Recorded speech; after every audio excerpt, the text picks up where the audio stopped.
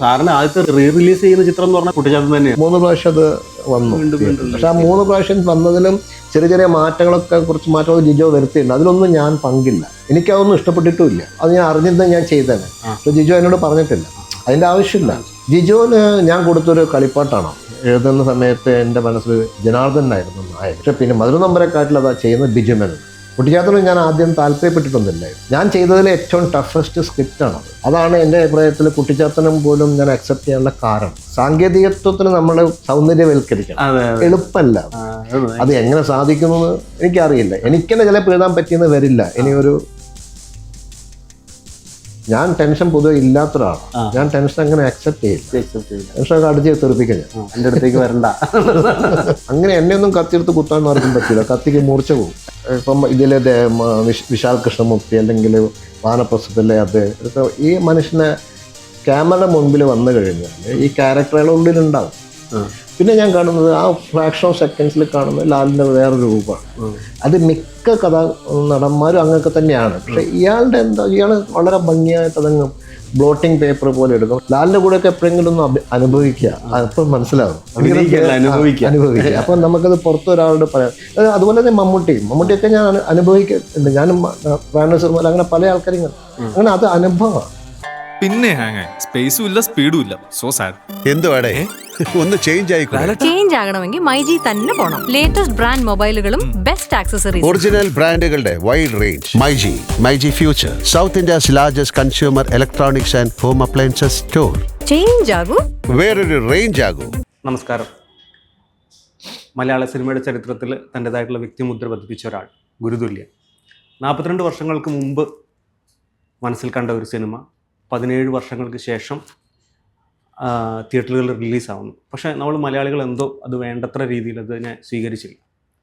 പക്ഷേ കഴിഞ്ഞ 24 വർഷങ്ങൾ നമ്മൾ ആ സിനിമയെപ്പറ്റി ചർച്ച ചെയ്തിട്ടുണ്ട്. ഇപ്പോൾ 24 വർഷങ്ങൾക്ക് ശേഷം പുതിയ സാങ്കേതിക മികവോടെ ആ സിനിമ തിയേറ്ററുകളിൽ വീണ്ടും എത്തുകയാണ്. ദേവദൂതൻ. അതിൻ്റെ തിരക്കഥ രചിച്ചിട്ടുള്ളത് ശ്രീ രഘുനാഥ് പലേരി സാറാണ്. അദ്ദേഹത്തെ ഈ ഷോയിലേക്ക് വളരെ ആദരവോടുകൂടിയിട്ട് ഞാൻ സ്വാഗതം ചെയ്യുകയാണ്. Welcome to our show. Devadoothan എന്ന് പറയുന്ന പേര് എനിക്കൊന്ന് ദൈവം സ്നേഹമാകുന്നു എന്ന് പറയുന്ന ഒരു കോട്ടിൽ നിന്നാണോ വന്നിട്ടുള്ളത്, അല്ലെങ്കിൽ ആരാണ് അത് സജസ്റ്റ് ചെയ്തിട്ടുള്ളത്? ഒരു ഡിവൈൻ ഏജന്റ് എന്നുള്ള ഒരു കൺസെപ്റ്റിൽ അങ്ങനെ മനസ്സിൽ വന്നു. സാറിന് സജഷൻ ആയിരുന്നു? അതെ, അത് മനസ്സിൽ അങ്ങനെ വന്നു. ഞാനത് എഴുതി. അതാണ് അതിൻ്റെ ടൈറ്റിലിന് ഞാൻ സിബിയോട് പറഞ്ഞു. സാർ എഴുതുന്ന തിരക്കഥകളിൽ പൊതുവെ അങ്ങനെ ഒരു ടൈറ്റിൽ സാറിൻ്റെ കോൺട്രിബ്യൂഷൻ ആണോ പൊതുവെ ഉണ്ടാവാറ്? ചില സമയം ടൈറ്റിൽ വരും, മനസ്സിൽ വരും. ചില സമയം അത് എഴുതിക്കൊണ്ടിരിക്കുമ്പോൾ വരും. ചില സമയം അവസാനം അതിൻ്റെതായിട്ടുള്ള ഒരു ഫ്ലോയിൽ അങ്ങ് സംഭവിക്കും. അങ്ങനൊരു തലക്കെട്ട് എഴുതിയിട്ട് എഴുതുന്ന സ്വഭാവമല്ല, അങ്ങനെ സംഭവിക്കും. അതാണ് അതിൻ്റെ ആക്സിഡൻ്റായിട്ട് സംഭവിക്കുന്ന. അതെല്ലാം ചില ടൈറ്റിലുകൾ നമ്മുടെ സംസാരം, ഈ സംവിധായകരുടെ സംസാരം മധ്യേ ചിലപ്പം വരും. അങ്ങനെയൊക്കെ സംഭവിക്കും. നോർമലി സാധാരണ എനിക്ക് തോന്നുന്നു ഞാൻ കൂടുതലും തലക്കെട്ട് ടൈറ്റിൽ വന്ന ശേഷമാണ് പലപ്പോഴും സ്ക്രിപ്റ്റ് എഴുതിയിട്ടുള്ളത്. 42 വർഷം മുമ്പ് എഴുതുമ്പോൾ ഈ പേരല്ല. ഈ പേരില്ല. അന്ന് പേരൊന്നും ചിന്തിച്ചിട്ടേ ഇല്ല, ടൈറ്റിലൊന്നും ചിന്തിച്ചിട്ടേ ഇല്ല. ഈ ഇപ്പം ലാസ്റ്റ് 2000 എഴുതുമ്പോഴാണ് ഇങ്ങനെ അതങ്ങനെ വന്നതാണ് മനസ്സിൽ. ഡിവൈൻ ഏജന്റ് എന്നുള്ള ഒരു കൺസെപ്റ്റിൽ അങ്ങനെ. സിബി സാറിനോട് ഞാൻ സംസാരിച്ചപ്പോൾ, ഞങ്ങൾ പഠിക്കാൻ വരുന്ന സമയത്ത് സിബി സാറ് ഇങ്ങനെ സെമിനാറുകൾ നടക്കുന്ന സമയത്ത് ഒരു ചോദ്യം വന്നത്, സാറൊന്നും പഠിച്ചിട്ടല്ലല്ലോ സിനിമയിലേക്ക് വന്നത്, പിന്നെ ഞങ്ങൾ എന്തുകൊണ്ട് പഠിക്കണം എന്നുള്ളൊരു ചോദ്യമായിരുന്നു. സാറ് പറഞ്ഞത് ഞങ്ങളും പഠിച്ചിട്ടുണ്ട്, ഞങ്ങൾ സ്കൂളെന്ന് പറയുന്നത് നവോദയായിരുന്നു എന്നുള്ളത്. ഇന്ന് സാറും സിബി സാറും ലാലേട്ടനും ഒക്കെ അതിൻ്റെ ഒരു വിദ്യാർത്ഥികളായിട്ട്. ഞാൻ നവോദയായിട്ട് ഇല്ല. ഞാൻ നവോദയയിൽ നിന്ന് നമ്മുടെ ഓരോ ജോലിയുടെ ഇടയിലും നമ്മൾ പഠിക്കും. സത്യം പറഞ്ഞാൽ ഞാൻ സിനിമയിലേക്കൊന്നും വരാൻ ആഗ്രഹിച്ച ആളല്ല.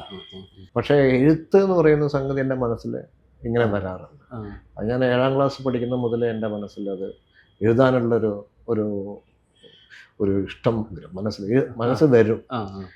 അപ്പം ഞാനത് എഴുതും. അങ്ങനെ 7ാം ക്ലാസ് മുതൽ ഞാൻ മാതൃഭൂമി ബാലപംക്തിയിലൊക്കെ എഴുതും. ബാലപംക്തി എന്ന് പറഞ്ഞൊരു പണ്ട് നമ്മൾക്ക് എഴുതി അയക്കാവുന്ന. അത് കഴിഞ്ഞ് 8, 9, 10 ക്ലാസ്സിലൊക്കെ ഞാൻ എഴുതിയിട്ടുണ്ട്. സ്കൂളിൽ മാഗസീൻസിലൊക്കെ എഴുതിയിട്ടുണ്ട്.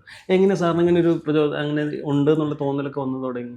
എനിക്ക് തോന്നി പലരുടെ ആപ്റ്റിറ്റ്യൂഡ് പുറത്തു വരുന്നത് ഒരു ഘട്ടമുണ്ട്. നമുക്ക് ആപ്റ്റിറ്റ്യൂഡാണ് ഏറ്റവും ഇമ്പോർട്ടൻ്റ്. എന്താ പറയുക, സർഗവാസന എന്നൊക്കെ നമ്മൾ പറയുന്ന ഒരു വാക്കാണത്. ആക്ച്വലി അതെന്താ ഉള്ളിൻ്റെ ഉള്ളിൽ നിന്ന് അങ്ങനെ ഫീൽ ചെയ്യും. വരക്കാൻ തോന്നുന്നത്, പാടാൻ തോന്നുന്നത്. ചിലർക്ക് ചെറുപ്പത്തിൽ മുതലേ വരും, അത് ഉള്ളിലുണ്ടാവും. ചിലവർ അതിനെ വളർത്തും. അതിനെ വളർത്താനുള്ള ഒരു ആംബിയൻസ് അവർക്ക് ചുറ്റുപാടുണ്ടാവും, വീടുകളിൽ തന്നെ ഉണ്ടാവും. ചിലപ്പോൾ അവർ ആരോടെങ്കിലും വളരെ പ്രിയപ്പെട്ട ആരോടെങ്കിലും അവർക്ക് അടുപ്പം ഒന്ന് ആരോടെങ്കിലും പറയും. ഞാൻ സാധാരണ കഥകൾ കേട്ട് വളർന്ന ഒരാളാണ്. അമ്മയുടെ അടുത്ത് അമ്മയാണ് ശരിക്കും കഥയൊക്കെ പറയുന്നത്, കഥകളെ പറയും. അത് ചെറുപ്പത്തിൽ ചേർത്ത് പിടിച്ചിട്ട് അടുത്ത് കിടത്തിയിട്ടൊക്കെ അമ്മ പല കഥകളും പറഞ്ഞു തരും. അമ്മ നല്ല വായനക്കാരിയായിരുന്നു. എല്ലാവരുടെ ജീവിതത്തിൽ അങ്ങനെ ആരെങ്കിലും ഉണ്ടാവും. അപ്പം പിന്നെ അച്ഛനോടൊക്കെ സംസാരിക്കും. അച്ഛനൊക്കെ ഞങ്ങൾ എന്തുണ്ടെങ്കിലും എന്ത് തോന്നുന്നെങ്കിലും അച്ഛനോടും അമ്മയോടൊക്കെ സംസാരിക്കും. മുൻപൊക്കെ ഞങ്ങളുടെ ചെറുപ്പത്തിലൊക്കെ ഞങ്ങൾ അങ്ങനത്തെ ഒരു കുടുംബമായിരുന്നു. അതൊരു പക്ഷേ മാതാപിതാക്കളുടെ നമ്മൾ തന്നിട്ടുള്ള ഒരു സാധനം. അതെ, ഏത് കുടുംബത്തിലും ഏത് വീട്ടിലും ഒരു അച്ഛനും അമ്മയാണല്ലോ കേന്ദ്രസ്ഥാനം. അപ്പോൾ അതിനു ചുറ്റും ഇങ്ങനെ കറങ്ങുന്ന ആൾക്കാരാണല്ലോ, ഗ്രഹങ്ങളാണല്ലോ മക്കളെന്ന് പറയുന്നത്. അപ്പോൾ അതിന് വളരെ ഒരു ക്യാപ്റ്റിവേറ്റിംഗ് പവർ ഉണ്ടാവണം. അതൊരു ഐശ്വര്യം പോലെ നമ്മുടെ മുമ്പിലുണ്ടെങ്കിൽ ആ ഫാമിലിക്കകത്തൊരു വെളിച്ചവും പ്രകാശമൊക്കെ ഒരു ഇതുണ്ടാവും. അപ്പോൾ ഞങ്ങൾക്കത് ഉണ്ടായില്ല. അതൊരു ഭാഗ്യമാണ്. ഞങ്ങൾക്ക് എന്ത് വിഷമഘട്ടത്തിലും ഞങ്ങളെല്ലാവരും ഒരുമിച്ചായിരുന്നു. വിഷമഘട്ടം എന്ന് പറയുന്നത് സാമ്പത്തികമായ വിഷമങ്ങൾ വരിക, ചോരുന്ന വീടുണ്ടാവുക, സ്വന്തമായിട്ടുള്ള ഒന്നും ഉണ്ടാവാതിരിക്കുക. അതേസമയം എവിടെയോ കുറേ തറവാട്ട് സ്വത്തും കാര്യങ്ങളൊക്കെ ഉണ്ടാവും, പക്ഷെ അതുകൊണ്ട് ഗുണമില്ലാതിരിക്കുക. ഇങ്ങനെയൊക്കെ പറയുന്ന ഒരു സിറ്റുവേഷൻ പലരുടെ ജീവിതത്തിലും ഉണ്ടാവും. പക്ഷെ ഞങ്ങളുടെ ഇതൊന്നും ഒരു പ്രശ്നമായിട്ട് ഞാൻ തോന്നിയിട്ടില്ല. അപ്പോൾ ആ ഒരു ചുറ്റുപാടിൽ ഞാനൊക്കെ എപ്പോഴും കൂടുതലും ഇത് അനുഭവിക്കുകയും അതിനെ കണ്ട് വളരുകയും അത് ആസ്വദിക്കുകയും ചെയ്തൊരു മനുഷ്യനാണ്. അതെങ്ങനെ സംഭവിച്ചോ എനിക്ക് എന്തുകൊണ്ടത് വേറൊരു ചിന്തയിലേക്ക് മനസ്സിൽ പോയില്ല എന്ന് വെച്ചാൽ എനിക്കറിയില്ല. എനിക്ക് എൻ്റെ അമ്മ, അച്ഛൻ, ഏട്ടന്മാർ, അനിയൻ, അനിയത്തി എന്നൊക്കെ പറഞ്ഞവരൊക്കെ സംരക്ഷിക്കേണ്ട ഒരാളാണ് ഞാൻ എന്ന് തോന്നിയ ഘട്ടമാണ് അതൊക്കെ.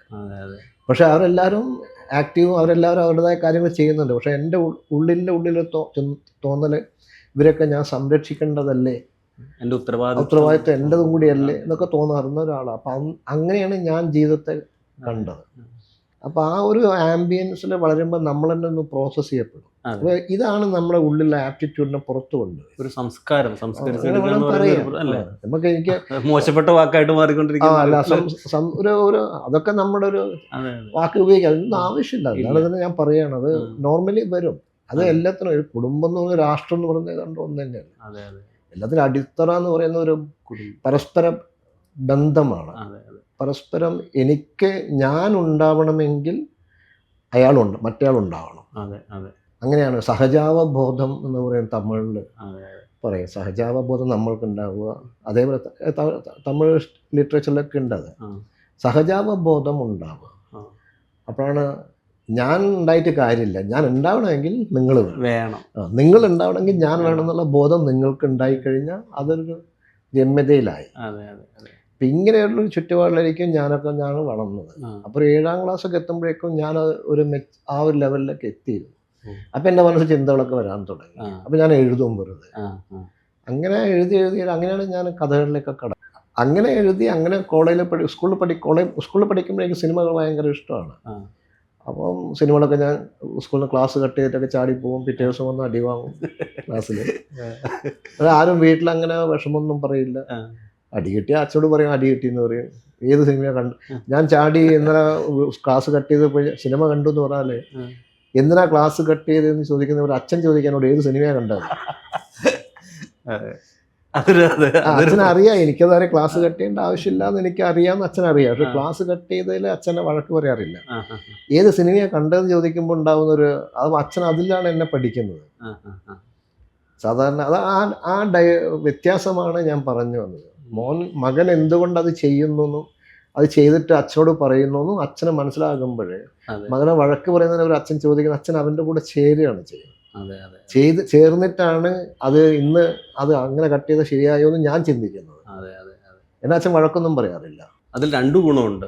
ഒന്ന്, നമ്മള് തെറ്റായ രീതിയിൽ പോവില്ല, അച്ഛനോട് പറയാനുള്ള ധൈര്യം ഉണ്ടാവും. അതെ. അപ്പൊ എനിക്ക് എന്തും അച്ഛനോടും അമ്മയോടും പറയാം. അതെ. ഏട്ടന്മാരോട് ഞാൻ എന്നും ഏട്ടന്മാരോടൊക്കെ എല്ലാ കാര്യങ്ങളും ഷെയർ ചെയ്യും. എൻ്റെ പേഴ്സണൽ ആയിട്ടുള്ള കാര്യങ്ങളൊക്കെ പറയും. ആ, മക്കളോട് പറയും. ആ, രസമാണ്. അതെ, അതെ. അപ്പൊ അവരും നമ്മൾക്ക് ചിലപ്പോൾ മക്കളൊക്കെ ചിലപ്പോൾ എൻ്റെ മോൻ ചിലപ്പോൾ എൻ്റെ അച്ഛനായി മാറും. ഉപദേശങ്ങൾ. ഉപദേശമല്ല, എന്താടാ നീ അങ്ങനെ ചെയ്തെന്നൊക്കെ ചെയ്തു മോള് അതൊരു ഒരു രസമാണ് അതൊക്കെ. അതെ, ഞാൻ ലൊക്കേഷനിൽ നമ്മൾ ഇരുന്നപ്പോൾ ഞാൻ ശ്രദ്ധിച്ചു, സാറ് ഇടയ്ക്കിടയ്ക്ക് വീട്ടിൽ നിന്ന് ഫോൺ വരികയും മക്കളോട് സംസാരിക്കുകയൊക്കെ ചെയ്ത് അല്ലേ? സാർ ഈ സഹജാവബോധത്തെ പറ്റി പറഞ്ഞല്ലോ. സാർ ആദ്യം തമിഴിൽ ആയിരുന്നു തുടങ്ങിയത്. ഞാൻ കോളേജൊക്കെ കഴിഞ്ഞിട്ട് കുറച്ച് പടങ്ങളൊക്കെ ചെറിയ പടങ്ങളൊക്കെ ചെയ്തിട്ട് എൻ്റെ ആദ്യത്തെ സിനിമയൊക്കെ 2-3 സിനിമയൊക്കെ കഴിഞ്ഞ ശേഷം ഞാൻ മദ്രാസിലേക്ക് പോയി. പിന്നെ ഞാൻ കുറച്ചു കാലം ജോലി ചെയ്തൊക്കെ. സാർ, ഈ ആദ്യത്തെ പടത്തിലേക്ക് എത്താൻ സാറിന് ഭയങ്കര ബുദ്ധിമുട്ടുണ്ടായിരുന്നു അന്നത്തെ ഒരു കാലത്ത്? ഇല്ല, എനിക്ക് ഒരു ബുദ്ധിമുട്ടുണ്ടായിട്ടില്ല. ഒന്നുമില്ല. ഞാൻ കോളേജിൽ പഠിക്കുന്ന സമയത്താണ് ഫിലിം ഫിനാൻസ് കോർപ്പറേഷൻ എന്ന് പറഞ്ഞിട്ട് അന്ന് ഇന്നത്തെ NFDCക്ക് പോലുള്ളൊരു കമ്പനി ഉണ്ടായിരുന്നു. NFDC പിന്നീട് വന്നതാണ്, നാഷണൽ ഫിലിം ഡെവലപ്മെന്റ് കോർപ്പറേഷൻ പിന്നെ വന്നു. അത് ആദ്യം ഉണ്ടായത് ഫിലിം ഫിനാൻസ് കോർപ്പറേഷനാണ്. ഫിലിം ഫിനാൻസ് കോർപ്പറേഷൻ ഒരു പരസ്യം കണ്ട് ഇങ്ങനെ സിനിമ എടുക്കുന്ന ആൾക്കാർക്ക് ഇങ്ങനെ ഫിനാൻസ് ചെയ്യും, ഫണ്ട് കൊടുക്കും എന്നൊക്കെ പറഞ്ഞിട്ട് അവരുടെ സെൻട്രൽ ഗവൺമെൻറ് ഒരു കമ്പനി, ഏജൻസിയാണ്, ഗവൺമെൻറ് സെൻട്രൽ ഗവൺമെൻറ്. അപ്പോൾ അത് കണ്ടപ്പോൾ ഒരു സന്തോഷം തോന്നിയിട്ട് ഞാനൊരു സിനിമ നിർമ്മിക്കാൻ വേണ്ടിയിട്ട് എഴുത്തും സംവിധാനവും നിർമ്മാണമൊക്കെ ഞാൻ തന്നെ. ഒന്ന് കൂടുതൽ ഗവേഷണം നടത്താതെയോ പഠിക്കാതെയൊക്കെയാണ് അത് ചെയ്യുന്നത്. അപ്പോൾ ആദ്യം വേണ്ടത് തിരക്കഥയാണ്. അപ്പോൾ ഞാനൊരു തിരക്കഥ എഴുതി കഴിഞ്ഞ ശേഷം അപ്പം ഞാനിതിൻ്റെ പേപ്പേഴ്സൊക്കെ വരുത്തിച്ചു. കുറേ ഉണ്ടത് പേപ്പേഴ്സ്, അതിലെ ലിറ്ററേച്ചർ ഫോം, ആപ്ലിക്കേഷൻ ഫോമൊക്കെ. ഇത് വരുത്തിച്ചിട്ട് ഞാൻ സ്ക്രിപ്റ്റ് എഴുതി. ഒരു സ്കൂൾ മാസ്റ്ററുടെയും ഒരു കാറ്റ് വീശുന്ന ഗ്രാമത്തിൻ്റെയൊക്കെ കഥയാണ്. അത് എഴുതി കഴിഞ്ഞിട്ട് ഞാൻ ആദ്യം അത് കാണിച്ചു കൊടുത്തത് MT വാസുദേവനാരാണ്. അപ്പോഴേക്കും ഞാൻ മാതൃഭൂമി വാരികയിലൊക്കെ കഥകൾ എഴുതാം. എൻ്റെ കഥകൾ അവർ പബ്ലിഷ് ചെയ്യാറുണ്ട്, അത്രേ ഉള്ളൂ. ആദ്യമൊക്കെ റിജക്റ്റ് ചെയ്തിട്ട് പിന്നീടാണ് പബ്ലിഷ് ചെയ്യുന്നത്. അപ്പം വാസുവേട്ടനൊക്കെ എനിക്ക് പരിചയമുണ്ട്. വാസുവേട്ടനെ പരിചയപ്പെട്ടതൊക്കെ എല്ലാം ഒരു കോമഡിയാണ്. വാസുവേട്ടനെ ശരിക്കും എൻ്റെ വീട്ടിൻ്റെ അടുത്താണ് താമസിക്കുന്നത്. പക്ഷേ അദ്ദേഹത്തെ നേരിട്ട് ഞാൻ കണ്ടിട്ടുണ്ട്. ഞാൻ ഒരു കോളേജ് സ്റ്റുഡൻ്റ് അല്ലേ. അദ്ദേഹം എത്രയോ മുകളിൽ നിൽക്കുന്ന ഒരു പത്രാധിപരായിട്ടുള്ള മനുഷ്യൻ, വലിയൊരു മനുഷ്യൻ. വലിയൊരു മനുഷ്യൻ എന്ന് പറയുന്നത് അദ്ദേഹത്തിൻ്റെ ഡൈനാമിക് പവർ ഇതാണ്. അപ്പം മാതൃഭൂമിയിൽ അത് ഒരു കഥ പബ്ലിഷ് ചെയ്ത് വന്നു. പിന്നെ എനിക്ക് നിരന്തരം കുറച്ച് കഥകളൊക്കെ വന്നു. അപ്പം അപ്പോഴേക്കും ഞാൻ കോളേജിൽ ഫസ്റ്റ് ഡിഗ്രി ആയി. അപ്പോൾ എനിക്ക് ഒരു ഈ സ്ക്രിപ്റ്റ് എഴുതി കഴിഞ്ഞപ്പോൾ ഒരു തവണ ഒരു കഥയുടെ 2 ലക്കമായിട്ടൊരു കഥ വന്നു. അപ്പം അന്ന് കഥകളൊക്കെ എഴുതുമ്പോഴും ഞാനത് ശ്രദ്ധിക്കാറുള്ളത് അതിൻ്റെ ഒരു പ്രതിഫലം 25 രൂപ 30 രൂപയൊക്കെ എനിക്ക് കിട്ടും. അത് കിട്ടിക്കഴിഞ്ഞാൽ മണി ഓർഡർ വരും, അത് അമ്മയ്ക്ക് കൊടുക്കും, അമ്മ വീട്ടു ചെലവിനൊക്കെ എടുക്കും. അങ്ങനെയൊക്കെയുള്ള ജീവിതമാണ് ഞങ്ങൾ. ഞാൻ പറഞ്ഞില്ല, അമ്മയെ സഹായിക്കുക എന്നൊക്കെ പറയാം. അല്ല, കഥ എഴുതിയതോ കഥയുടെ ആൾക്കാരെ അഭിനന്ദിക്കുന്നതോ ഒന്നുമല്ല ഞാൻ ശ്രദ്ധിക്കുക. അത് ഉപയോഗപ്രദമാവുന്നല്ലോ എന്നുള്ളതാണ്. അതാണ് നമുക്കൊരു സന്തോഷം. അതാണ് സന്തോഷം. കഥ എഴുതിയതിൻ്റെ ഗമയൊന്നും എനിക്കില്ല. അപ്പം ഈ കഥാകൃത്താവുന്നു, കഥകൾ എഴുതുന്നു, സാഹിത്യകാരനാവുന്നതൊന്നും എനിക്കറിയില്ല. ഞാനതിപ്പോൾ ചിന്തിച്ചില്ല, ഇന്നും ചിന്തിച്ചിട്ടില്ല. അപ്പോൾ ഒരു തവണ ഒരു 2 ലക്കത്തിലായിട്ടൊരു കഥ വന്നു. അപ്പോൾ എനിക്കതിൻ്റെ ആ സമയത്ത് എൻ്റെ ഒരു സുഹൃത്തുണ്ട്, ബാലകൃഷ്ണൻ. അദ്ദേഹത്തിനും എനിക്കും സാമ്പത്തിക ആവശ്യമുണ്ട്, ഫീസ് അടക്കുക, അങ്ങനെയൊക്കെയുള്ള ചില കാര്യങ്ങൾ അദ്ദേഹത്തിന്. അപ്പം ഞാൻ ആലോചിച്ചു, ഈ കഥയുടെ സാധാരണ ഒരു കഥ പബ്ലിഷ് ചെയ്താൽ മിനിമം ഒരു 4 ആഴ്ചയോ 5 ആഴ്ച കഴിഞ്ഞ് ചെക്ക് വരിക ചെയ്യും. ഈ ചെക്ക് ബാങ്കിൽ കൊടുത്തു കഴിഞ്ഞാൽ ഒരു മാസം എടുക്കും അത് കളക്ട് ചെയ്ത് വരാൻ. ഇന്നത്തെ സിസ്റ്റം ഒന്നുമല്ല അന്ന്. അപ്പം ഒരുപാട് സമയം കഴിഞ്ഞാൽ ഈ പൈസ കിട്ടും. പക്ഷെ എനിക്ക് ആ സമയത്ത് ഇത് കിട്ടിയിരുന്നെങ്കിൽ എന്ന് മനസ്സിൽ തോന്നി. അപ്പം ബാലകൃഷ്ണൻ കൂട്ടിയിട്ട് ഞാൻ ക്ലാസ് കഴിയുന്നതിന് മുമ്പായിട്ട് നേരെ, അന്ന് ഞാൻ ആർട്സ് കോളേജിലാണ് പഠിക്കുന്നത്, കോഴിക്കോട് മീൻചന്ത ആർട്സ് കോളേജ്. അവിടുന്ന് കോഴിക്കോട് ടൗണിലെ മാതൃഭൂമിയുടെ ഓഫീസിലേക്ക് പോയി. ഒരു ധൈര്യത്തിൽ പോയതാണ്. ബാലകൃഷ്ണൻ പുറത്തു നിന്നു, ഞാനൊരു ധൈര്യത്തിൽ അകത്തേക്ക് പോയി. അപ്പോൾ അവിടെ കൗണ്ടറിൽ റിസപ്ഷനിൽ ഒരു ലേഡിയാണ്. അപ്പോൾ അവരോട് ഞാൻ ചോദിച്ചു, ഇങ്ങനെ ഒരു കഥയുടെ പ്രതിഫലം കിട്ടാൻ മോളിൽ പോയാൽ കിട്ടുമെന്ന് ചോദിച്ചു, ഓഫീസിൽ പോയാൽ. പാസ് ചെയ്യണമെങ്കിൽ എന്ന് ചോദിച്ചു, എന്താ പേര്? അപ്പോൾ ഞാൻ എൻ്റെ പേര് പറഞ്ഞു, കഥയുടെ പേര് പറഞ്ഞു. അവർ വായിച്ചിട്ടുണ്ട് കഥ. അത് ഭയങ്കര സന്തോഷം. അവരൊരു ആദരവോടുകൂടി എന്നെ മുകളിലേക്ക് അയച്ചു. ഒരു ചിരിയും ആ മതിയല്ലോ നമ്മൾക്ക്. അപ്പോൾ മുകളിലേക്ക് പോയാൽ മുകളിൽ പോയാൽ മതി എന്ന് പറഞ്ഞ് ഞാൻ നേരെ മുകളിലേക്ക് പോയി. അപ്പോൾ അവിടെ ഒരു കുറേ ചേമ്പേഴ്സൊക്കെ ഇട്ട് എഴുതി കഴിക്കുമ്പം ഒരാൾ എന്നെ അതിലെ കടന്നു പോകുന്ന ഒരാൾ ചോദിച്ചു എന്താണെന്ന് വെച്ചാൽ അപ്പോൾ ഞാൻ പറഞ്ഞു ഇങ്ങനെ കഥ എഴുതി എൻ്റെ പ്രതിഫലം കിട്ടാൻ. അപ്പോൾ അയാൾ ഒരു കൗതുകമാണ്. അദ്ദേഹം എന്നെയും കൂട്ടി നേരെ കൊണ്ടുപോയിട്ട് നിർത്തുന്നത് MT വാസുദേവന്റെ മുമ്പിലാണ്. അദ്ദേഹം ചേംബറിലാണ്. അപ്പോൾ വാസുവിനെ കണ്ടപ്പോൾ ഞാൻ വാസുവിനോട് പുറത്ത് കൊടുത്തിട്ട് പറഞ്ഞു ഞാൻ ഇങ്ങനെ എൻ്റെ പേര് ഇതാണ്. വാസുവിനൊക്കെ അറിയുന്നല്ലേ. വാസുട്ടൻ ചിരിച്ചു. ഞാൻ പറഞ്ഞു എനിക്ക് കഥയുടെ ഒരു കഥ വന്നിരുന്നു, അതെൻ്റെ പ്രതിഫലം കിട്ടാൻ വല്ല വഴിയുണ്ട്, കിട്ടിയിരുന്നെങ്കിലൊക്കെ. അപ്പം ചോദിച്ചു എന്തേ ആവശ്യം? എനിക്കും ബാലകൃഷ്ണനും ആവശ്യമുണ്ട്. ബാലകൃഷ്ണൻ താഴ്ന്നു നിൽക്കും. ബാലകൃഷ്ണൻ ഞാൻ താഴ്ത്തു നിൽക്കുന്നുണ്ട്. പിന്നെ ഉണ്ടായത് ഒരു അത്ഭുത. അദ്ദേഹം എനിക്കറിയില്ല അതെങ്ങനെ സംഭവിച്ചു. എനിക്ക് ജീവിതത്തിൽ ഒരിക്കലും ഞാൻ മറക്കില്ല അത്. അദ്ദേഹം എഴുന്നേറ്റിട്ട് വന്നിട്ട് എൻ്റെ കൈ പിടിച്ചു. എൻ്റെ കൈ പിടിച്ചിട്ട് എന്നെ ഇങ്ങനെ കൂട്ടി ഒരു പാത്ത് വേ കൂടെ പോയിട്ട് കുറച്ച് ആൾക്കാരുടെ മുമ്പിൽ അവിടെ ഇരിക്കുന്ന വർക്ക് ചെയ്യുന്നതിൻ്റെ ഉള്ളിൽ കൊണ്ടുപോയി. അവിടെ ഒരു മനുഷ്യൻ കസേരയുടെ മുകളിൽ 2 കാലും കുന്തിച്ച് വെച്ചിരുന്നിട്ട് വലിയൊരു ബോർഡിൽ വരക്കുകയാണ്. അതാണ് നമ്പൂതിരി, ആർട്ടിസ്റ്റ് നമ്പൂതിരി. അദ്ദേഹം ഞാൻ കാണുകയാണ്, നല്ലൊരു മനുഷ്യനാണ്. അപ്പം ഈ അദ്ദേഹം വാസുവേട്ടൻ അദ്ദേഹത്തോട് പറഞ്ഞു തിരുമേനി ഇതാണ് രഘുനാഥ് പല്ലി. വാസുവേട്ടൻ ഇങ്ങനെ പറയും. എന്നെ ഒരിക്കലും ഞാൻ പ്രതീക്ഷിച്ചില്ല. അപ്പം തിരുമേനി ഇങ്ങനെ അദ്ദേഹം ചിരിയൊക്കെ നല്ല രസമായി, പുഞ്ചിരി. അദ്ദേഹം പറയും ഇയാളെ തന്നെ എനിക്ക് കിട്ടേണ്ടത്. അപ്പം അദ്ദേഹം വരക്കുന്നത് അവിടെ ബോർഡിൽ വരുന്ന അടുത്ത എൻ്റെ കഥയ്ക്കുള്ള ചിത്രമാണ്. അങ്ങനെ ഒരു മുഹൂർത്തം എൻ്റെ ജീവിതത്തിൽ എനിക്കത്. അപ്പോൾ ഞാൻ കാണുകയാണ്, എന്നോട് പറയാണ് നിങ്ങൾ രഘുവിൻ്റെ കഥയാണ് ഞാൻ വരക്കുന്നത്. അപ്പോൾ ഒരു സ്ത്രീയാണ് വരക്കുന്നത്. ആ സ്ത്രീയുടെ ചന്തി ഭാഗത്ത് ഇങ്ങനെ വട്ടം വരച്ച് മുകളിലേക്കൊക്കെ വന്നു. അതായത് ചലനങ്ങളൊക്കെ. പക്ഷെ എനിക്കതിൻ്റെ ഒരു ദിവ്യത്വമോ അല്ലെങ്കിൽ അതിൻ്റെ ഒരു അനുഗ്രഹമോ ഒന്നുമില്ല എൻ്റെ മനസ്സിലുള്ളത്. ഞാനൊരു കൗതുകത്തോടെ കാണുക ഇത് എൻ്റെ കഥയാണെന്നും അതൊക്കെ ഞാൻ വിട്ടു.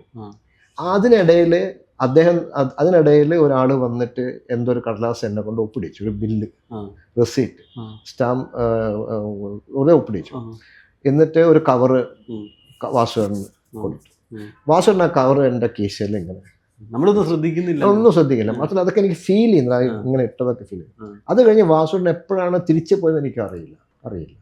പക്ഷേ ഈ ഇദ്ദേഹം എന്നെ മുമ്പിലുള്ള ഒരാളെ പരിചയപ്പെടുത്തി. അദ്ദേഹമാണ് AS നായർ എന്ന് പറഞ്ഞ അടുത്ത വരക്ക്. ഇതൊക്കെ എന്താ പറയുക ഒരു അത്ഭുത മനുഷ്യരാണ്. അദ്ദേഹമാണ് മാതൃഭൂമിയിലെ ആദ്യത്തെ കഥയ്ക്ക് എൻ്റെ കഥയ്ക്ക് വരച്ചത്. ഈ ASനെയും ഇദ്ദേഹത്തെയും ഞാൻ പരിചയപ്പെടുന്നത് വാസുവിൻ്റെ മുഖാന്തരം. വാസു എന്നെ അവരെ പരിചയപ്പെടുത്തി കൊടുക്കുക. ഇതിനൊന്നും മഹത്വം അന്ന് എൻ്റെ മനസ്സിലില്ല. പക്ഷെ ഞാൻ ഒരു വലിയൊരു എന്തോ ഒരു മെറീഗോ റൗണ്ടിൽ എത്തിപ്പെട്ട ഒരാളെ പോലെയായിരുന്നു. വാസു മുമ്പ് ഞാൻ യാത്ര പറഞ്ഞ് ഞാൻ തിരിച്ചു വന്ന് താഴത്തെത്തി. അപ്പം എന്നോട് മറ്റേ ആ റിസപ്ഷനിൽ ഇരിക്കുന്ന ആ സ്ത്രീ ചോദിച്ചു ശരിയായോ? നമ്മൾ ശരിയായി എന്ന് പറഞ്ഞു. താഴത്ത് വന്നിട്ട് ഞാൻ പുറത്തെത്തി. ബാലകൃഷ്ണനെ കണ്ടു. ബാലകൃഷ്ണൻ ഞാൻ കവർ എടുത്ത് എണ്ണി നോക്കിയപ്പോൾ അത് 70 രൂപയുണ്ടായിരുന്നു. ആ കാലത്ത് ഒരു കഥയ്ക്ക് കിട്ടാൻ എനിക്ക് 35 രൂപയാണ്. ഇത് 2 ലക്കത്തിൽ വന്നതുകൊണ്ട് 70 രൂപയാണ്. ഇത് ഞാൻ ഒരിക്കലും പ്രതീക്ഷിച്ചില്ല. അപ്പോൾ പെട്ടെന്ന് വേൾഡ് ബാങ്കിൽ നിന്ന് ലോണൊക്കെ എടുത്തൊരു രാജ്യത്തിൻ്റെ അവസ്ഥയാണ്. അപ്പം ഞാൻ ബാലകൃഷ്ണന് വേണ്ട പണം കൊടുത്തപ്പം ബാലകൃഷ്ണനെ കെട്ടിപ്പിടിച്ച് കരഞ്ഞു. മനസ്സിലായില്ല? എൻ്റെ സാഹിത്യ കഥാ ജീവിതത്തിലെ ഒരിക്കലും മറക്കാത്ത ഒരു മൊമെൻ്റാണ്. പിന്നീടാണ് വാസുവിനോടൊക്കെ ഞാൻ പരിചയപ്പെടുന്നു. അദ്ദേഹത്തെ കാണാൻ ഇടയ്ക്ക് ചിലപ്പോൾ തോന്നും കാണണം. അപ്പം ഞാൻ പോയിട്ട് 2 മിനിറ്റ് അദ്ദേഹം മുമ്പ് നിൽക്കും, ഞാൻ തിരിച്ചു വരും. അങ്ങനെ ഇരിക്കുന്ന ഒരു ഘട്ടത്തിലാണ് കോളേജിൽ നിന്ന് ഈ കഥ എഴുതിയപ്പോൾ എനിക്ക് ഈ കഥ ഒന്ന് അദ്ദേഹത്തിന് കൊടുക്കാൻ തോന്നും. സ്ക്രിപ്റ്റ്, ആ സ്ക്രിപ്റ്റ് അദ്ദേഹത്തിന് കൊടുത്തു. അദ്ദേഹം വായിച്ചു എന്നോട് നന്നായിട്ടുണ്ടെന്നൊക്കെ പറഞ്ഞു. എവിടെയൊക്കെ ചില സ്ഥലത്തൊക്കെ ആ കാലത്ത് ഞാൻ എഴുതുമ്പോൾ ക്യാമറ ആംഗിൾ എന്നൊക്കെ പണ്ടൊക്കെ എന്തൊക്കെ എഴുതിയിരുന്നു, മണ്ടത്തരങ്ങളാണ് ഒക്കെ. അപ്പം അദ്ദേഹം എന്നോട് പറഞ്ഞു ക്യാമറ ആംഗിളൊന്നും എഴുതേണ്ട ആവശ്യമില്ല, നമുക്ക് അതാണ് എൻ്റെ തിരക്കഥ വായിച്ച് അദ്ദേഹം പറഞ്ഞു എനിക്ക് ക്യാമറ ആംഗിളൊന്നും ആവശ്യമില്ല, അല്ലാതൊക്കെ തന്നെ നന്നായിട്ടുണ്ടെന്നൊക്കെ പറഞ്ഞു. വളരെ സന്തോഷമായിട്ട് എന്നോട് പറഞ്ഞു. ആദ്യമായിട്ട് എൻ്റെ ആദ്യത്തെ തിരക്കഥ വായിക്കുന്നത് വാസുവേട്ടനാണ്. അതെങ്ങനെ സംഭവിച്ചു അറിയില്ല. ഇതൊക്കെ ഞാൻ പറഞ്ഞില്ല, ഇതൊക്കെ നമ്മളെ അറിയാണ്ട് നമുക്ക് ഒരുപാട് അനുഗ്രഹങ്ങൾ കിട്ടും. ഈ അനുഗ്രഹത്തിൻ്റെ മുകളിലാണ് നമ്മളൊക്കെ ജീവിച്ചു പോകുന്നത്. അപ്പം അങ്ങനെ ആ കഥ എഴുതി. പിന്നെ ഞാൻ ഈ പേപ്പറൊക്കെ നോക്കിയപ്പോഴാണ് അത് ഇംഗ്ലീഷിലേക്ക് ട്രാൻസ്ലേറ്റ് ചെയ്യണം. അപ്പോൾ അത് എന്നെ ട്രാൻസ്ലേറ്റ് ചെയ്യാൻ എന്നെ ഒരാൾ സഹായിച്ചു. ട്രാൻസ്ലേറ്റ് ചെയ്തു, ടൈപ്പ് ചെയ്തു, 8 കോപ്പി എടുത്തു. എല്ലാം കഴിഞ്ഞത് അയക്കേണ്ട സമയത്ത് 2,21,000 രൂപയാണ് ബഡ്ജറ്റ്. ഈ ബഡ്ജറ്റൊക്കെ ഉണ്ടാക്കാൻ സഹായിച്ച ഒരു ക്യാമറാമാനാണ് അദ്ദേഹം. ഭാരതിരാജയുടെ ഫേമസ് ക്യാമറാമാൻ ആയിരുന്നു തമിഴ് സിനിമയിലേക്കുള്ള നിവാസ് ക്യാമറാമാൻ. 16 വയതിനിലെ എന്ന് പറഞ്ഞ പടമൊക്കെ ഷൂട്ട് ചെയ്ത അദ്ദേഹം. ഔട്ട്സ്റ്റാൻഡിങ് ആണ്. ഞങ്ങളൊരു ഫാമിലി സുഹൃത്തുമാണ് അദ്ദേഹം. എൻ്റെ ഒരു ബ്രദറെ പോലെയാണ്. എൻ്റെ ഏട്ടൻ്റെ അടുത്ത ഫ്രണ്ടാണ്. മലയാളിയാണ് ക്യാമറാമാൻ നിവാസ്. അദ്ദേഹം ഇപ്പം ഇല്ല. അദ്ദേഹം സ്വർഗത്തിലേക്ക് പോയി അദ്ദേഹം. അപ്പോൾ ഇല്ല ഇപ്പോൾ. അപ്പം ആ അയക്കാൻ വേണ്ടി വെക്കുന്ന സമയത്ത് ഞാനത് ലാസ്റ്റ് മൊമെൻറ്റിൽ വേണ്ടാന്ന് വെച്ചു. കാരണം വെച്ചാൽ അയക്കണമെങ്കിൽ എനിക്ക് കുറേ പൈസ വേണം. അപ്പം എൻ്റെ അപ്പം അച്ഛൻ എന്നോട് പറഞ്ഞു, നീ ഇതുവരെ ചെയ്തതൊക്കെ കറക്റ്റാണ്, ഇനി അങ്ങോട്ട് നീ ചെയ്യുമ്പോൾ നിനക്ക് കടം വരും. അപ്പോൾ കടം നിനക്ക് ഒരിക്കലും വീട്ടാൻ പറ്റില്ല, വലിയ എമൗണ്ടാണ് അതൊക്കെ. ഇതുവരെ ചെയ്തതൊക്കെ കറക്റ്റായി, നീ എന്തായാലും നീ സിനിമയിൽ എത്തും എന്നൊക്കെ പറഞ്ഞാൽ അച്ഛൻ്റെ ഒരു സന്തോഷം ഉണ്ടായിരുന്നു. പക്ഷേ ആ കഥ ഞാൻ പിന്നീട് അത് അയക്കാൻ പറ്റാത്തതുകൊണ്ട് ഞാൻ നോവലറ്റാക്കി. മധുര സ്വപ്നങ്ങളിൽ ചുഴലി വീശുന്നു എന്നാണ് അതിൻ്റെ പേര്. അത് കലാകൗമുദിയിൽ പബ്ലിഷ് ചെയ്തു. അപ്പോൾ എനിക്ക് ഒരുപാട് അഭിപ്രായങ്ങളൊക്കെ വന്നു. പിന്നീട് 25 വർഷത്തിന് ശേഷം കമൽ എന്നോട് തിരക്കഥ ചോദിച്ചു. അപ്പം ഞാൻ കമലിൻ്റെ ഈ കഥ പറഞ്ഞു. കമൽ അത് ഇഷ്ടമായിരുന്നു. കമൽ അന്നേ വായിച്ചിട്ടുണ്ട്.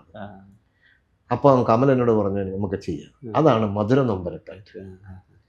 അന്ന് ഞാൻ അതിൽ എഴുതുന്ന സമയത്ത് എൻ്റെ മനസ്സിൽ ജനാർദ്ദനായിരുന്നു നായകൻ. ജനാർദ്ദൻ എനിക്ക് പരിചയമൊന്നുമില്ല. അന്ന് ജനാർദ്ദനൻ്റെ ഒരു പടം ഏതോ ഒരു പടം എനിക്ക് ഭയങ്കര ഇഷ്ടമായിരുന്നു. KP കുമ്മൻ്റെ ആണെന്ന് തോന്നുന്നു. എനിക്ക് ഇഷ്ടപ്പെട്ടൊരു പടമുണ്ട്. ഏത് പടമാണെന്ന് എനിക്ക് ഓർമ്മയില്ല. പക്ഷെ ജനാർദ്ദൻ എനിക്ക് ഭയങ്കര ഇഷ്ടമായി. നല്ലൊരു ആണ് അദ്ദേഹം, ഒരു നല്ലൊരു അഭിനേതാവ് ശൈലിയും. അപ്പം എനിക്ക് ജനാർദ്ദനായിരുന്നു അതിൻ്റെ. പക്ഷെ പിന്നെ മധുര നൊമ്പരക്കാറ്റിൽ അതാ ചെയ്യുന്നത് ബിജു മേനോനാണ്. സംയുക്ത വർണ്ണ ബിജു മേനോനായിരുന്നു. അപ്പം ഇങ്ങനെയാണ് സിനിമ. നമ്മൾ ഏത് സിനിമ എടുത്താലും അതിൻ്റെ ആരംഭം എന്ന് പറയുന്നത് എവിടെയോ ആയിരിക്കും നമ്മുടെ മനസ്സിൽ. ആകുമ്പോൾ ഇങ്ങനെയൊക്കെയാണ് ഞാൻ സിനിമ വന്നു കഴിഞ്ഞ് ഞാൻ പിന്നെ മദ്രാസിലേക്ക് പോയി. മദ്രാസ് കുറച്ച് പടങ്ങളൊക്കെ ചെയ്ത് തിരിച്ചു വന്ന് 82-ലാണ് സിബിക്ക് വേണ്ടിയിട്ട് ഒരു തിരക്കഥ എഴുതാൻ വേണ്ടിയിട്ട് വിളിക്കുമ്പോഴാണ് നവോദയമായിട്ട് ഞാൻ ബന്ധപ്പെട്ടത്. അത് കുട്ടിച്ചാത്തന് മുമ്പാണോ? മുമ്പാണ്. സിബിക്ക് വേണ്ടി എഴുതി ഞങ്ങൾ എഴുതി. അത് അവർക്ക് അപ്പോഴേക്കും വേറൊരു പ്രോജക്റ്റിലേക്ക് അവർ കടന്നു. അങ്ങനെ നടന്നില്ല.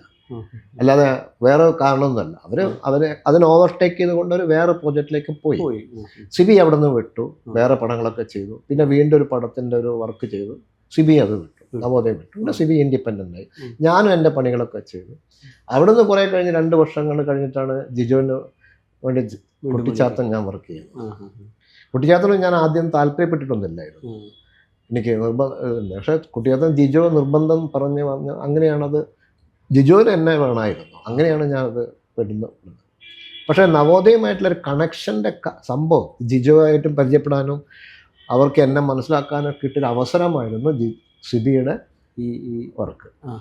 അതുകൊണ്ട് സിബി ആയതുകൊണ്ടാണ് ഒരുപക്ഷെ സിബിയോട് എനിക്ക് തോന്നിയൊരു സ്നേഹവും ഒരു ബഹുമാനവും അങ്ങനെയൊക്കെ ഒരു സൗഹൃദത്തിനപ്പുറം എൻ്റെ എത്രയോ അടുത്ത ഒരാളാണെന്നുള്ള ഒരു തോന്നലാണ് തുടക്കം.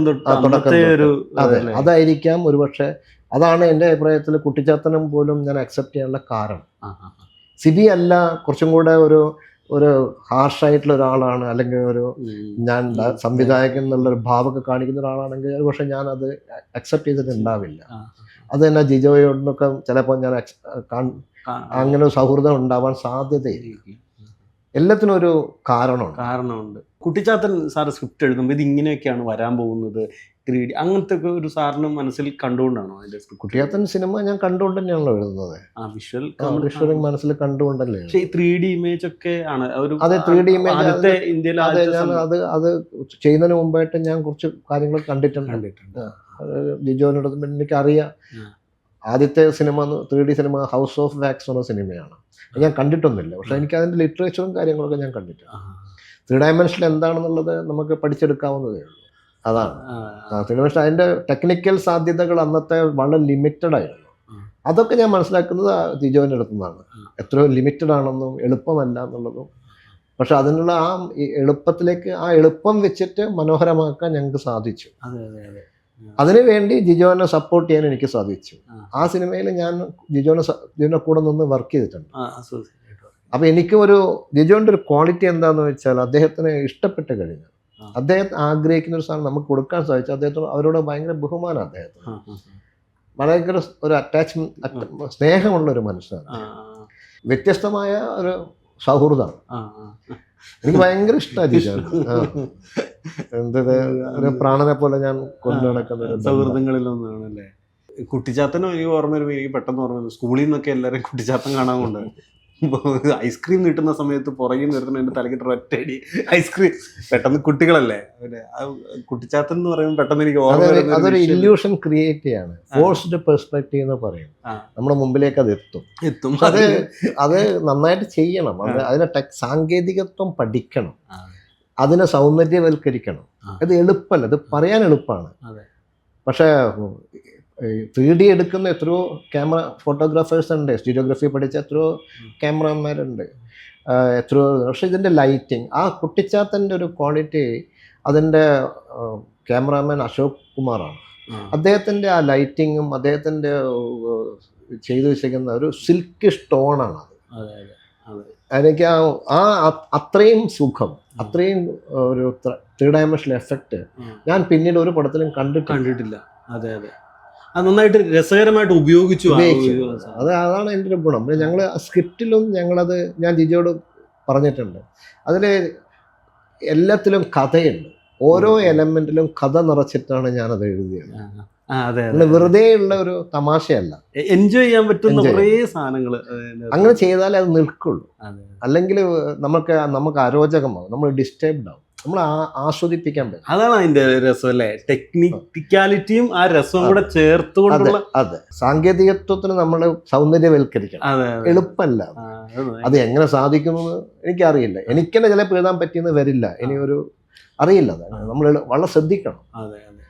അത് ടഫാണ്. ഞാൻ ചെയ്തതിലെ ഏറ്റവും ടഫസ്റ്റ് സ്ക്രിപ്റ്റാണത് കുട്ടിച്ചാത്ത്. എനിക്ക് വളരെ കുറച്ച് ടൈം എടുത്തിരുന്നു. ഞാൻ 3-4 മാസം എടുത്തിരുന്നു. അതിൻ്റെ കൂടെ തന്നെ ഭയങ്കര ടയർഡായിരുന്നു.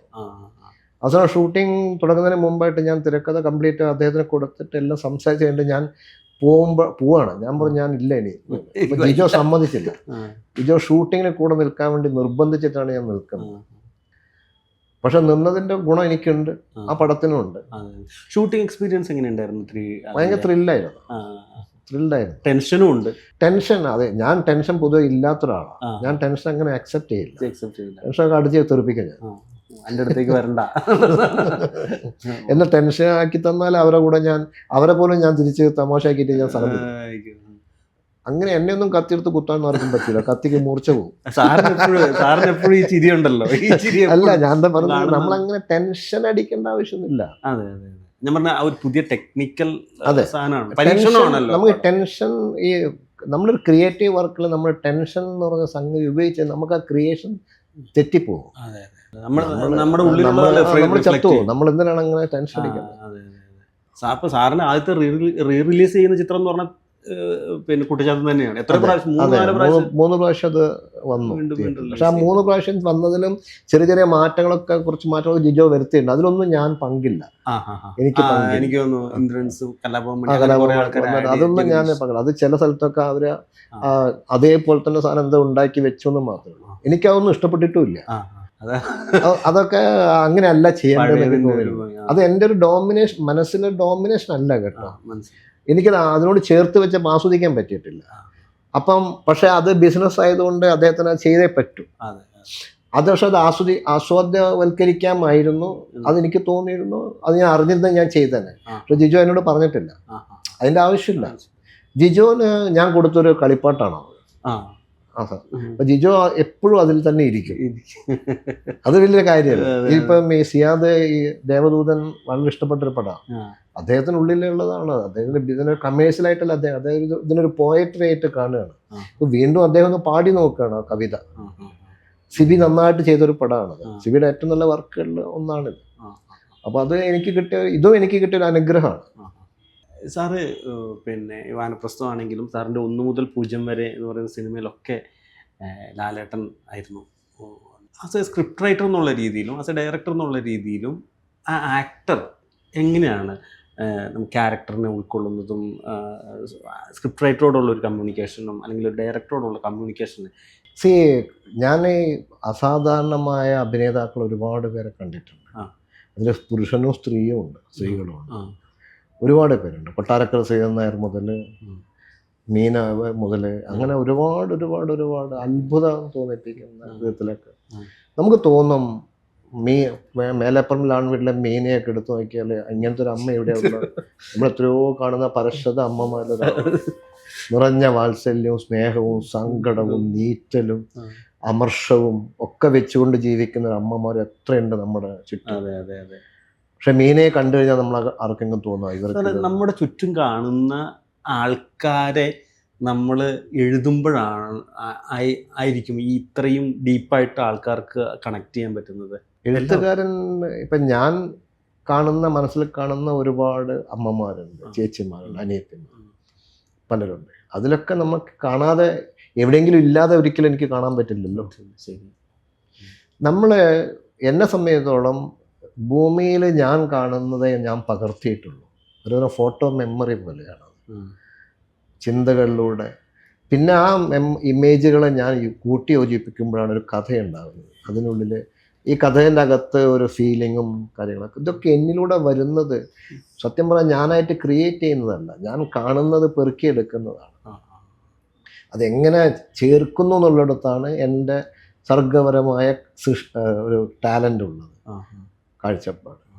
അതുകൊണ്ട് തന്നെ ഈ എഴുതുന്ന കഥകളും ഒന്നും തന്നെ എൻ്റെതല്ല, സ്വന്തമല്ല എന്നൊരു ഉത്ബോധം എനിക്കുണ്ട്. അതുകൊണ്ട് ഞാൻ ഈ സിനിമകളോ കഥകളോ ഒന്നും എൻ്റെ വലിയൊരു അത്ഭുതമായിട്ട് എടുക്കാറില്ല. അത് എനിക്ക് തരുന്ന ഗുണം എന്താണെന്ന് വെച്ചാൽ ഞാനൊന്നുമല്ല എന്നുള്ളൊരു തോന്നൽ എന്നിലുണ്ടാവും. അപ്പം എനിക്ക് സത്യം പറഞ്ഞാൽ വേറെ ആളുടെ മുമ്പിലൊന്നും ഗമ കാണിക്കാനോ അഹങ്കരിക്കാനോ ഉള്ള ഒരു കോപ്പില്ല. അത് വേണ്ട എന്ന് എന്നെ പഠിപ്പിച്ചത്, അതിൻ്റെ ആവശ്യമില്ല എന്ന് പഠിപ്പിച്ച് എൻ്റെ വീടിൽ നിന്നുള്ള എൻ്റെ അന്തരീക്ഷം തന്നെയാണ്. ഞാൻ ആദ്യത്തെ കഥ എഴുതിയിട്ട് ബാലഭംഗത്തിലൊരു ചെറു കഥ, ചെറിയൊരു കുറിപ്പ് എഴുതിയിട്ട് അത് പബ്ലിഷ് ചെയ്തപ്പോഴേ ഒരുപാട് ആനന്ദത്തോടു കൂടി അച്ഛനോട് പറഞ്ഞപ്പോൾ അച്ഛൻ ആദ്യം എന്നോട് പറഞ്ഞത് അഹങ്കരിക്കല്ല എന്നാണ്, അഹങ്കരിക്കരുത് എന്നാണ്. അതും പറഞ്ഞുകൊണ്ട് അച്ഛൻ കിടക്കുന്ന സമയത്ത്, ഉറങ്ങിക്കിടക്കുന്ന സമയത്താണ് അച്ഛൻ ഉണർത്തുന്നത്. അച്ഛൻ ജോലി കഴിഞ്ഞ് വന്ന് അച്ഛനടുത്ത് പോയി പറയും. അച്ഛനെ അടുത്ത് പിടിച്ച് കിടത്തി, കെട്ടിപ്പിടിച്ചിട്ട് ചേർത്ത് പിടിച്ച് കെട്ടിപ്പിടിച്ചിട്ടാണ് അച്ഛൻ പറയുന്നത് അഹങ്കരിക്കരുത് എന്ന് പറയുന്നത്. അച്ഛനും എന്നെ അഹങ്കാരം കണ്ടിട്ട് പറഞ്ഞതൊന്നുമല്ല, പക്ഷെ ആ വാക്ക് എൻ്റെ ഉള്ളിൽ എപ്പോഴും ഉണ്ട്. അപ്പോൾ ഞാൻ ഈ ക്ലാസ്സിലൊക്കെ പോകുമ്പോഴൊക്കെ കുട്ടികളോടൊക്കെ സ്റ്റുഡൻസോടൊക്കെ പറയാറുണ്ട്, അത് പലരും ഉൾക്കൊള്ളാറുണ്ട്. ഈ അവനവനിൽ ഈ അഹങ്കാരം ഇല്ലെങ്കിൽ തന്നെ അവനവൻ്റെ ദുഃഖങ്ങൾ ഒരുപാട് കുറയും. എന്നെ ശ്രദ്ധിക്കുന്നില്ല, എന്നെ നോക്കുന്നില്ല, എൻ്റെ ഇത് ഇഷ്ടമായിട്ടില്ല, അതൊന്നും എൻ്റെ എത്ര സിനിമ ആരും ഇഷ്ടപ്പെട്ടില്ലെങ്കിലും എനിക്കൊന്നുമില്ല. എൻ്റെ എഴുതിയ കഥകളൊക്കെ ആരെങ്കിലും ഇതൊന്നും കാരണം എൻ്റെതല്ല, ഞാൻ എടുത്തു കാണിച്ചു, അത്രയേ ഉള്ളൂ. അങ്ങനെ നിസ്സാരവൽക്കരിച്ച് കാണുകയാണ് ഞാൻ ചെയ്യാറ്. ഇനി അത് മാറില്ല. ഞാൻ വിചാരിച്ചാൽ പോലും എനിക്ക് അങ്ങനെ ഒരു സാധനത്തിലേക്ക് എനിക്ക് പോകാൻ പറ്റില്ല. കാരണം എനിക്ക് എൻ്റെ കാലവും ഞാനും വളരെയല്ലേ, പ്രായമാവുകയല്ല, ഞാനും വളരെയാണ്. എല്ലാവരും ഇപ്പം 24 വർഷം കഴിഞ്ഞിട്ടാണ് ഞാൻ ദേവദൂതനെ പറ്റി സംസാരിക്കുന്നത്. അതൊരു ഭാഗ്യമല്ലേ? അപ്പൊ അഹങ്കരിക്കേണ്ടത് ഞാനാണോ എൻ്റെ സൃഷ്ടിയാണോ? ശരിയാണ്. ഈ പ്രാവശ്യം ദേവദൂതനിൽ എന്തെങ്കിലും സ്ക്രിപ്റ്റിൽ എന്തെങ്കിലും ആഡ് ഓൺസോ അങ്ങനെ എന്തെങ്കിലും എടുത്തു കഴിഞ്ഞൊരു സിനിമ നമുക്ക് ഒരിക്കലും ആഡ് ഓൺ ചെയ്യാൻ പറ്റില്ല. അന്നത്തെ കഥാപാത്രങ്ങളും അന്നത്തെ ആർട്ടിസ്റ്റുകളൊന്നും ഇന്ന് ആ രൂപത്തിലല്ലല്ലോ ഉള്ളത്. എനിക്കിപ്പോൾ മോഹൻലാലിനെ വെച്ചിട്ട് ഒരു സീൻ ആഡ് ചെയ്യാനോ ഒന്നും പറ്റില്ല. അത് ഒന്ന് മിനുക്കാന്ന് മാത്രമല്ലേ പറ്റുള്ളൂ. അതിന്റെ ഏറ്റവും ഒരു ബെസ്റ്റ് വെർഷൻ എന്നുള്ള രീതിയിലാണ് അതിനെ നമ്മൾ ഒന്നും കൂടെ തുടച്ച് മിനുക്കി ഒതുക്കി. അതെന്താന്ന് വെച്ചാൽ നമുക്ക് തോന്നുന്നു, അതിപ്പോ നമ്മൾ എന്ത് ചെയ്യും, ഒരു പഴയ നമ്മളെ കാണുമ്പോൾ നമ്മൾ തന്നെ ഇപ്പൊ ഒന്ന് കണ്ണാടിയിലേക്ക് നോക്കുമ്പോൾ വെറുതെ ഒന്ന് മുടിയൊക്കെ ഒതുക്കൂലേ. എന്തായാലും നന്നായി. അതിപ്പോ കാലത്തിന് മുന്നേ സഞ്ചരിച്ച സിനിമ റിലീസാവാനുള്ള കാലം ഇതാണെന്ന് നമുക്ക് വിശ്വസിക്കാം.